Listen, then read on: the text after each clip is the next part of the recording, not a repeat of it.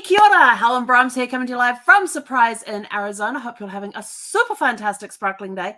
Welcome to Before the Dirt Nap podcast number 1574. And tonight, as you can see, I know, wow, it still amazes me I've got that far. And tonight, as you can see, we have a special guest, Glendene Otake, who is coming to us from Hawaii. Yes, on the Big Island, correct? Yes. The Big Island, yes. And I have to tell you, the Big Island is gorgeous. I loved it when I was there in Christmas of 2000. So welcome to the show, Glendene. I am super excited to have you here because I know some of your story, and you and I have a very similar stories. It's very similar, yes. Yes. So welcome to the show. Thank you. I'm excited to be here. I want to share with you my daughters. Here's one of them. Hey, puppy. Which one's this one called? This is Haikela, which means hazel in Hawaiian. Hi, Kayla. She's 2 years old. Hey, hi, Kayla. And she runs around a bit, but this one next to me is my older gal, and she's Mickey. She's 12 years old. Oh, she's so cute. They're both so cute. I think Zeffy's still asleep on the bed. So that's my family. Excellent. Well, now, as I hinted to, that we have very similar stories. Glendene unfortunately lost her husband earlier this year in January. So we've both been on very similar paths. I've been on it a little longer, 6 years, and she's just been it for a few months. But what I love about Glendene, when her and I talked, is that we had such an amazing conversation about this and about how we're both approaching our widowhood. And we're doing it as confident women who have no idea what we're doing, but we're doing it anyway. We both don't like the term widow. So we're just both finding our way to be joyful during this time, even though it is a hard time. Grief just kicks you in the butt every now and again. Tell me about it. And it just really does that. But hang on, train of thought totally disappeared out of my head. That happens. That's okay. Now, one of the things that you will see when you read the description, which has her bio in there, is that she's been a marketing director for a health and wellness company for over 21 years. And that has helped her a lot during this time as well. So how has being a marketing executive for 21 years made a difference in your life? So I started when I was teaching regular. I'm a first grade teacher, retired. And so while doing that, I was doing part-time as a marketing executive for a wellness company, and just, really part-time, because teaching was my main focus. And all the while I would get passive income. And that was really amazing. I never knew what passive income was until then. And because of that, my husband and I were able to pay off our 10-year mortgage, like it says in the bio, in 9 years. Right? Awesome. Love that. That was last year. And so now that I'm retired, and so we have fixed income, and the passive income still comes in, and I have no loans, no debts. I don't owe money to anyone. My mortgage is paid. So it's really a freedom of just being able to explore options now, right? Mm-hmm. So I thank my husband for planning and helping us do that, so that he's not here with me to share this. However, that he didn't leave me with a mortgage or with bills. So that's awesome. It's a relief off my shoulders, definitely. Yes. Yeah, we were left debt free as well, so that was awesome to be able to do that. And then along the way, because we're a wellness company, I've attended many trainings and workshops, and I read a lot, and so I know. I'm not a nurse. I'm not a specialist as far as the nutrition part, but I've learned a lot because of the things that we do with it. And so I'm able to use the tools and strategies that I've learned and apply it to my life and with others as I help them along. And some of them have also been receiving passive income. And so that is the great part, to be able to help others. And then when I meet up with some friends and they tell me, "Oh, thank you for sharing it with me," and the supplements really help me, and it's a really great feeling to know that you're making a difference in someone else. That's awesome. I love it when you can serve others as, you know, you're helping yourself, but at the same time, more importantly, is that you're helping others. And Yes. I just think that's awesome to do. Now, one of the ways that you help others, and I love this, is through hula. And you have a hula ministry that you have. Yes. I've always wanted to learn hula. And when we were in Hawaii, we didn't get a chance to do any hula lessons. Like, you know, I was there with my mother-in-law and my husband and his 3 boys. So Well, I've been dancing hula since I was 4 years old. And it's very different now because it's a hula ministry and we dance for the Lord. It's for the audience of one. And so it's like worshiping. So it's the same thing, like praise and worship. We sing songs. So we dance, and through our dance, we worship the Lord. And so when we dance, we hopefully have Jesus coming through us as people are watching, and they receive his light, not us, but his light. And so we're called Daughters of God. In Hawaiian, it's Napoe Vahine Okeakua. And I thank my girlfriend Lila for introducing me to them, because it was right after Mike passed on a Friday. The following Tuesday, I went with her to Daughters of God, and it filled me up. It filled me up because, you know, being a widow, and the first week I was so angry. I was confused. God and I had some very harsh conversations with my fists going like this, you know, and I could not fathom how he could bring 2 people to become one heart and then just take one away. It's like, I couldn't get out of that. But you know what he told me? What? He said, that's why you worship me and not man. Because all the while that I was caregiving with him, he was my main thing. And I think, you know, my religion, God, was like on the back burner or on the side. When I have time, I do my, you know, because 24/7, I have to be there for him. And so because of all of that, I'm so immersed in his life that I forget about my own sometimes, you know what I'm saying? So the golden rule of caregiving is take care of yourself before you take care of others. And that has got to be the hardest rule to try and follow. If somebody has been out there in a caregiver, you know how hard that rule is to follow. But the one thing you have to take care of yourself. The one thing I did do while caregiving was I always walked on my treadmill. That was the gift for me, to keep on walking, keep active, just keep walking. And I am now with this group of people. Community is called the NIMWITs. Can you see this? Oh, that's awesome. The NIMWITs. I love it. And it stands for no matter what, whatever it takes.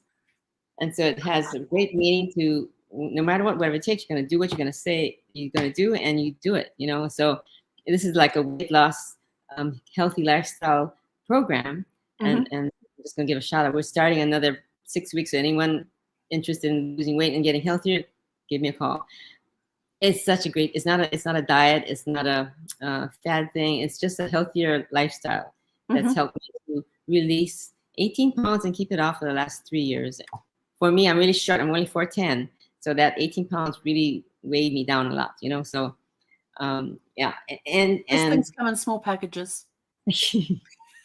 And so during all of that, with dancing with the hula ministry and exercising and eating well, it's kind of helped me to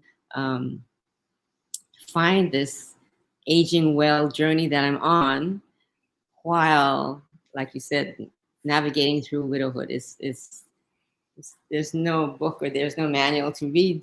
It's what I do because of this. We're all of a sudden we're piloting by ourselves, and everything our husbands used to do for us, we've now got to figure out how to do. Or what was the password? How do I get into this? How do I get into that? Yes, that's one thing. We have a chimney here. I have a fireplace, and he was the one who always put it on. And so I had him teach it to me, but I never did it while he was watching me. So and if I don't do it, I cannot remember it. So for the life of me, I can't run my fireplace now.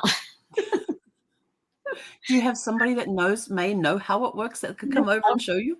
Yes, I'll probably find someone that can help me out. But you know, in Hawaii, we don't need it. Well, we're getting to colder weather, but our cold is like 65 degrees.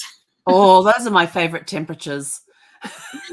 I know you folks. We're going for walks outside. Like we're in Arizona in the Phoenix area, and we're going for walks outside in the morning, and it's in the high 50s, low 60s, and I'm just like, oh, this is like perfect. We will go for walks and hug trees along the way and that sort of stuff. And but yeah, with the widow journey, it is there's just so much that's packed into there. You get like that widow's brain, which is like that foggy brain thing where you're not really sure if you did something. You kind of feel like you're in the early stages of Alzheimer's or something when you're forgetting everything.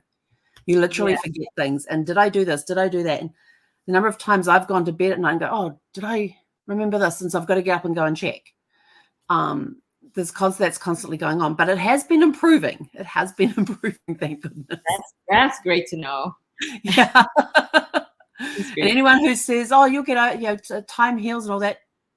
I'm 6 years in; it still hasn't healed properly. So, time is the time that it takes with grief is the time it's going to take you to take. And one advice I always give to new widows is allow the emotions to come in and thank them for making themselves known, acknowledge them, thank them, and then release. Allow yourself to have that crying time as well. Sometimes the crying is the biggest stress relief you can do. And right. And I think in the beginning, and it's a yucky feeling to be there. And so I didn't like that. I didn't want that. And speaking with all my friends who are widows, they've highly advised me to go there, be with it. Like you said, my girlfriend just told me, embrace it, make it be your friend. Yep. And so, okay. So I'm taking their advice. And when, anything can trigger it. Any walking down the aisle and you see, oh yeah, I used to buy that for him. Or yeah, it just triggers it. All of a sudden, that the tears just come out. Yep. And you're like driving along and you see something, go, oh, I got to call Brad and tell him about this. And you can't call him because he's not going to answer the phone. Right. Like there's been times that I've been sitting somewhere and I've seen something and I've picked up my phone to text him. I'm like, oh, he's not going to get that. Yeah. Yeah. And there's times what actually annoyed me is that I discovered this the other day because I thought, I had a feeling I wanted to go back and read some of the text messages that we'd sent backwards and forwards over the years. And I went to my phone and I couldn't find his text messages anywhere. And I went to my contacts. He wasn't in my contacts. And I'm like, oh, did I delete him?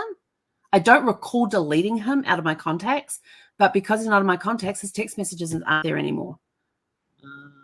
And there's all these photos that he would send me of things the dog was doing and different stuff. There was videos towards the end there that he would send me when he was in hospital, getting really confused with the medication and the fact that he had a freeway outside of his window and his body, the buildings were morphing and all of this, just what he was seeing. And he was videoing it and those videos sort of like tore my heart because he was seeing something that we couldn't see because the drugs were playing with his brain. And so he was getting video proof of that. And, but yeah, that was tough. But I still remember a lot of it very clearly, which is, I'll forget what I did this morning, but I'll definitely remember what happened with every day in his hospital stay of his 97 days in hospital. So I always remember those. But anyway, on to happier notes. But we keep moving forward. We will never move on from the incident, but we will keep moving forward because it will always be part of our life. So you can't move on from it, but we can move forward, which is awesome. So let's see, what else have we got on here for this? Yes, moving forward and flying solo. That's definitely something that we have to learn to do, and we don't get a manual to do it. No manual, no training. It's just from co-pilot to now you're in the pilot's seat and like, okay, where are we going? What are we doing? Sometimes you take a nosedive, and then sometimes you're gliding, and sometimes it's like. But I'm really fortunate. I have a very great support team in my plane, so that's awesome. I can call them whenever, and so what happened when I just went on Facebook, I searched different widows groups, Facebook groups. I joined them. I listened to what they're saying, and then this one gal said about podcasts. Maybe it was you. I don't know. But anyway, so she said that doing podcasts has helped her with the grieving process. So then I started to do videos and put them on my Facebook. And in the beginning, it was just about aging well, health and wellness. And then gradually I'd bring in things that Mike would say and just so in a way he's living through me in my videos. Yes. Yeah. And And so, his spirit will always be with. That's the cool part. His spirit's always with us. The thing that annoys me the most is that I can't turn around and go, "Hey, how you doing?" Or "What you doing? What you thinking?" Just having those off the cuff conversations. Like I used to run into the living room and flop down on the couch and go, "I've had an idea." And you see Brad's face go, "Oh crap! Now what does she come up with?" But he got very smart with that. He started to learn to say, "Do I need to? Are you just venting the idea out and don't need any feedback, or do you need feedback on the idea?" And I'm like, I don't know. I just need to get it out right now. Then we'll figure it out from there.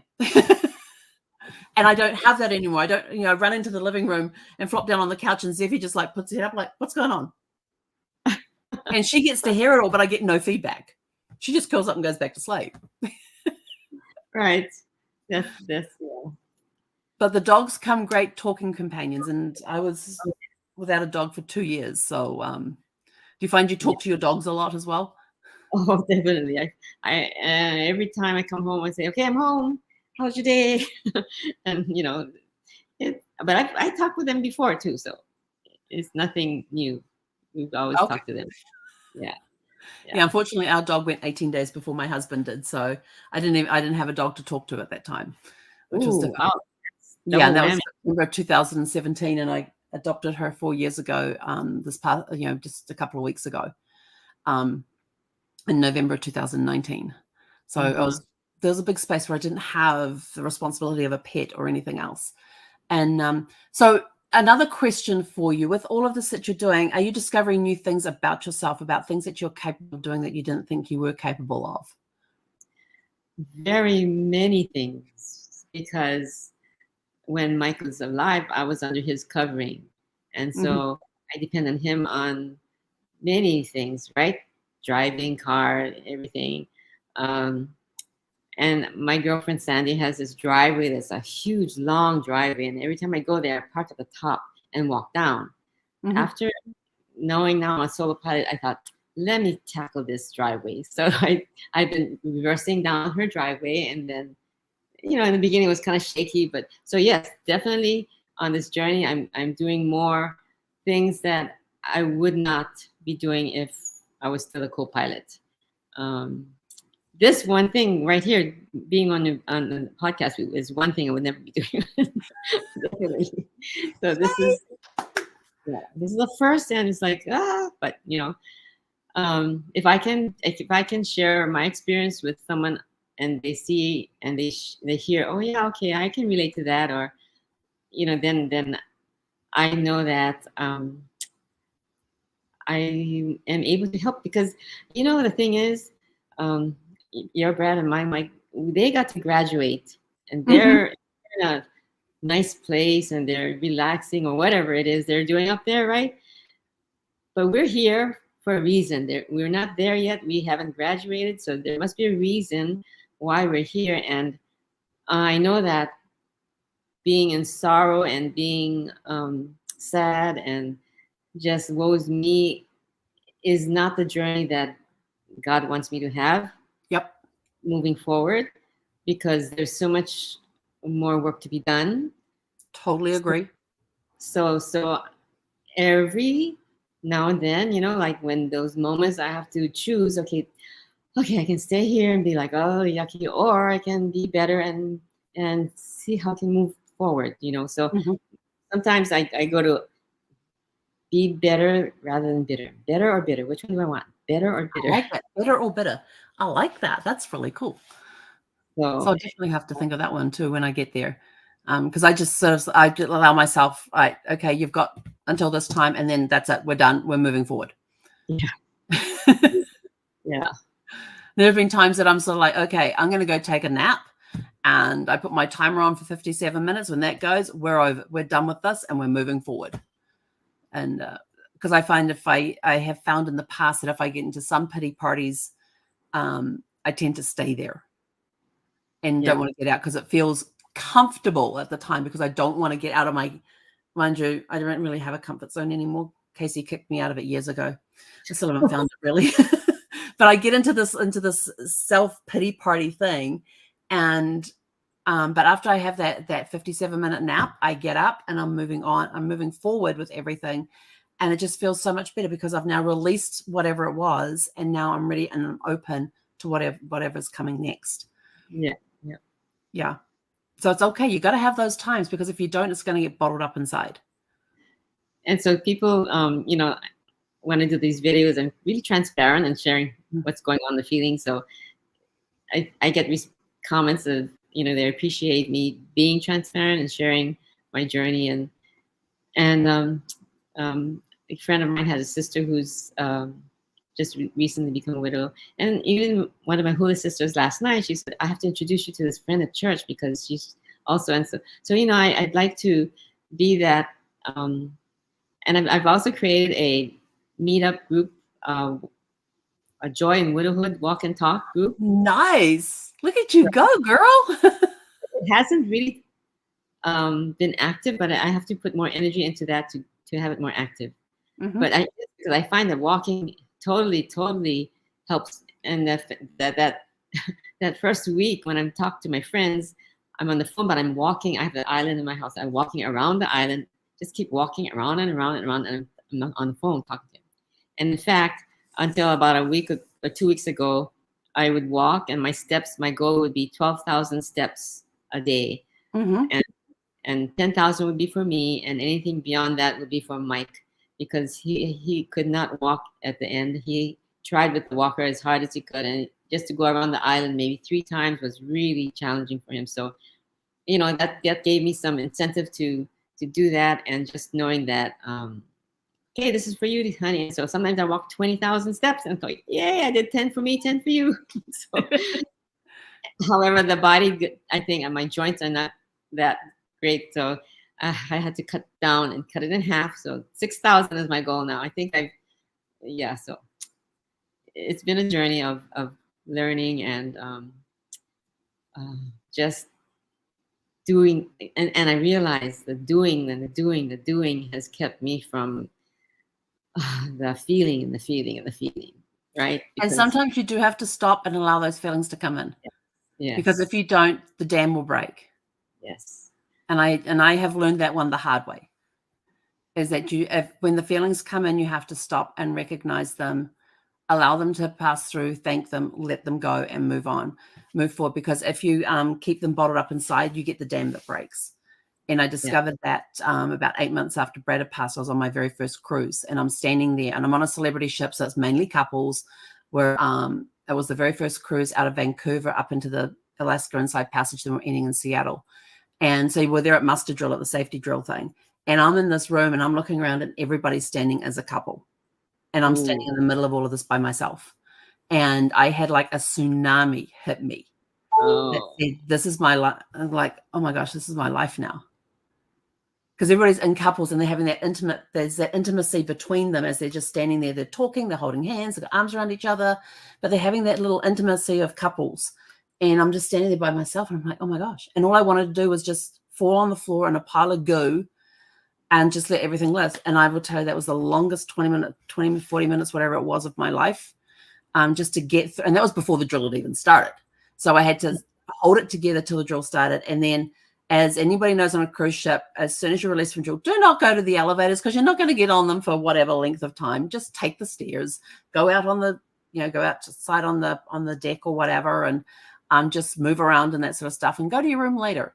I would tell you this, when they said we were released, I just barreled through the door. The people parted, and like the way was clear. I got out into the lobby area, and the elevator doors opened right in front of me. Wow. So I jumped in, pressed my floor, waited for everybody, and I tucked myself in the back corner there. And then I was only going up. Usually if I'm on a ship, if I'm going 3 decks, either up or down, I will take the stairs. But this day I was like, no, I need to get there now. And so I went up the 3 levels, and then got out on my floor and went down to my room. And as soon as I closed that cabin door, there was just a huge tsunami of feelings that just got released. It was like the dam broke. And afterwards I basically cried myself to sleep, had a nap, woke up, and was like, okay, had a shower, got dressed, and let's go out there and face the world.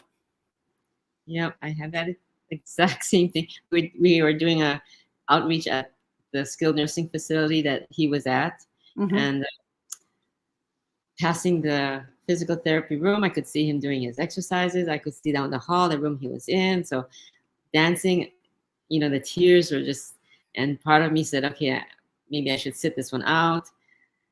But then I said, no, like if you have an accident in the ocean, you go back in the ocean. If you get off the bike, you get on the bike. So I thought, no, I'm just going to keep dancing, tears and all. That's okay. I just keep dancing and just keep. And then I heard the voice again from God saying, it's not about you. Because we were at this outreach for others. It's not about me. So, okay, so I'm keeping. But you know what? You going with the tears down your face, people in the audience would have noticed that. Yes. And they would have acknowledged the emotion that you were putting into your dance. Yes. And for some, it would have kicked them in the heart. And they would have felt what you were expressing through your dance, and the tears, they would have felt that in their heart, and that would have really touched them and helped them see things differently. Right. So I forged through and managed. And so we go back there once a month, and it's better. And now I feel joy when I go there, and I feel his presence still. And, and he was a dancer too. He would do sign dance. Okay. And I was speaking with my girlfriend this morning, a long conversation, and she just remembers this first time that he ever did that. In fact, before he even did it, he would tell her, dance? And so she says, yeah. And so when she saw him up there dancing and worshiping the Lord, she was so thrilled, and she was like, her jaw came down. And there's another way that I'm carrying his spirit forward is I created a scholarship at the Bible college that he went there for a semester, and that changed his whole being. And so I did a scholarship, and so this semester 4 students received scholarships for their tuition books. And so it's something that now when they're learning and they're contributing to the kingdom, he is in their spirit too. He's with them. So that is awesome. Yeah, so that is awesome that you're able to pay it forward in such an impactful way as well. Yeah. So I thought, and it all came from his truck. He was very meticulous about his automobiles. You could not touch the door on the outside because it leaves a fingerprint. You had to push the handle to close the door. I mean, so his truck was a 2014-year-old truck, but you could still smell the newness of it. Wow. So because of that, I said, if I just sell it and get the money, I'm not going to just keep the money. You can always make more money. So with that funds, I created a scholarship. So that truck is going to be worth other people's lives, because I put sweat and tears through owning that truck. That is awesome. I love your story. I love the way that of how you're moving forward through all of this. I know that it will never leave you. It will always be there with you. But the way that you are picking yourself up and moving forward, you're just taking the world by storm. It's like it's almost like the gates have been opened and look out world, here comes Glendene. Yes, because she has a message to tell. Because you're not promised tomorrow. You're not. That's what I learned with Mike's death is, I knew he was ill. I knew they would come, but when the day came, it's like, he's gone. Mm-hmm. He's gone. He's not here anymore. So tomorrow may not come. Yeah. So while I'm here today, I want to make sure that my life is going to matter and count. Yeah. You're doing great, girl. You're doing great. Well, we're at the bottom of the hour, so I want to say thank you so much, Glendene, for coming on this evening and sharing your story with us. It's such an amazing story, and I know you have a lot more to tell in that story, and there is a lot more to come to be added into that story as well. So there's a lot from the past that's going to come out, and there's a lot of what's going to be happening that's going to be coming into that story too. If you would like to connect with Glendene, going across the bottom of the screen and also in the description of the video as well. If you want to connect with her, go to, hang on, I'm waiting for it to scroll across so I can remember the website. You'll also get a free copy of Essential Tips for Aging Well, which are awesome. But go to enjoyagingwell.com and you'll be able to get a copy of the Essential Tips for Aging Well, and then also set up an appointment to talk with Glendene as well. And she has so much story in her, and I've only heard this much of it, and you've heard just a little bit of it as well. There is a lot more story to come. And if you can, subscribe to her videos so that she can keep telling the story and knowing that the message is getting out there as well. So that's it from us for today. Glendene, thank you so much for coming on and sharing your story with us tonight. Thank you for having me. It's fun, always fun talking with you and sharing our mission together. And to everybody else, it is Thanksgiving Eve, so happy Thanksgiving to everybody out there. Take time to appreciate your family, to tell them that you love them, because they may not be there tomorrow. Yep. That's just part of life. It really is. And so go out, have a super fantastic, sparkling evening. Enjoy tomorrow with family and friends. For those, Zeffie and I are having a PJ day at home. So you'll see me tomorrow evening in my PJs doing the call tomorrow evening at 6 p.m. Pacific time. Hei konera.